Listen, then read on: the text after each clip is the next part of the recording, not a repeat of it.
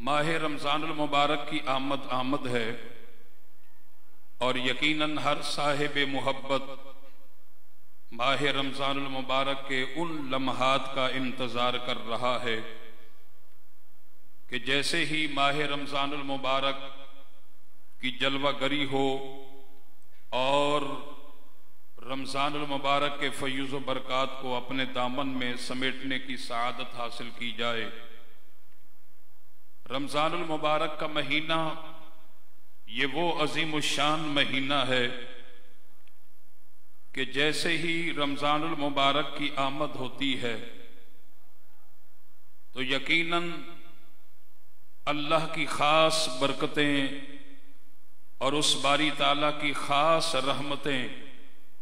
साया फिगन हो जाती हैं और आका करीम अलैहिस्सलातु वस्सलाम ने माह रमज़ानुल मुबारक की आमद से पहले खुसूसियत के साथ इसका जिक्र खैर फरमाया। चुनाचे सहाबाए किराम की मजलिस है और सहाबाए किराम को मुखातिब करके मेरे और आपके प्यारे महबूब सल्लल्लाहु अलैहि वसल्लम इरशाद फरमाते हैं। सरकार ने इरशाद फरमाया, या अय्युहन्नास, ऐ लोगो, कद अज़ल्लकुम, तुम पर साया फिगन होने वाला है, अज़ल्लकुम, तुम पर छाने वाला है, शहरुन अज़ीमुन, शहरुन मुबारकुन,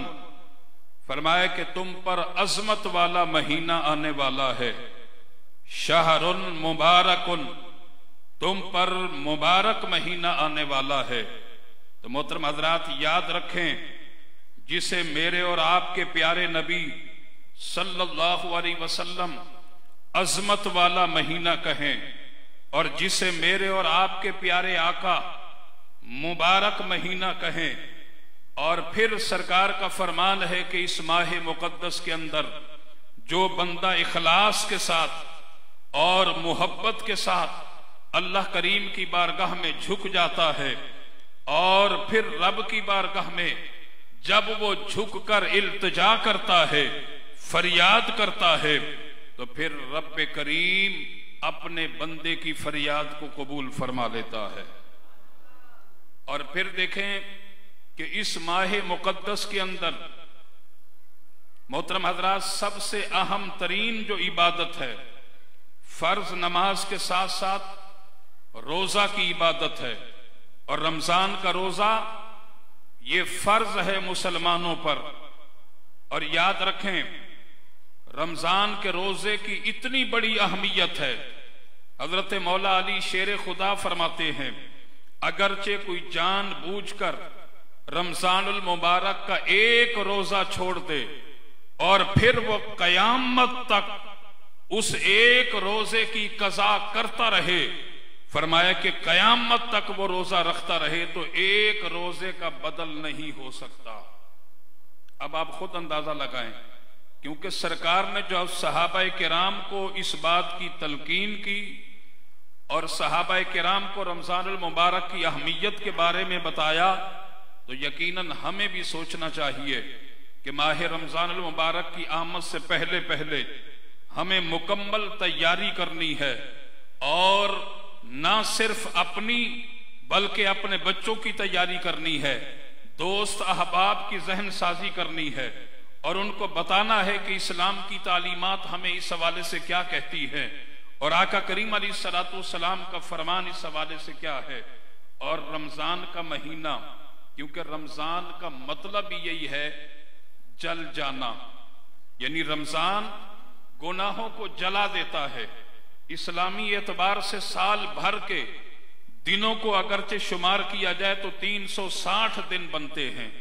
और जब रमजान का महीना आता है तो माह रमजान के अंदर इंसान के 330 दिनों के गुनाहों को जला करके खत्म कर दिया जाता है। और जब रमजान की आखिरी यानी 29 तारीख होती है, रिवायात के अंदर है कि उस वक्त रोजेदारों की बख्शिश और मगफरत कर दी जाती है, और रोजेदारों की उस वक्त ये कैफियत होती है, उन्हें तमाम तर गुनाहों से इस तरह पाक कर दिया जाता है जैसे कि वो मां के पेट से अभी पैदा हुए हैं। तो इसलिए रोजा बहुत बड़ी इबादत है। आप बड़े एहतमाम के साथ रोजा रखें, इखलास और मोहब्बत के साथ रोजा रखें। और जनाबे सैयदना अबू हुरैरा रज़ियल्लाहु तआला अन्हु रिवायत करते हैं, अन अबी हुरैरा क़ाल क़ाल रसूलुल्लाह सल्लल्लाहु अलैहि वसल्लम मन साम रमज़ान ईमानन व इहतिसाबन गुफ़िर लहू मा तक़द्दम मिन ज़ंबि। फरमाया कि जो ईमान और इखलास के साथ रमजान के रोजे रखे, अल्लाह करीम उसके अगले गुनाहों को मिटा करके खत्म फरमा देता है। अब आप अंदाजा लगाएं कि जब इखलास के साथ आप रोजे रखेंगे तो मोहतरम हजरात, अल्लाह भी आपसे राजी होगा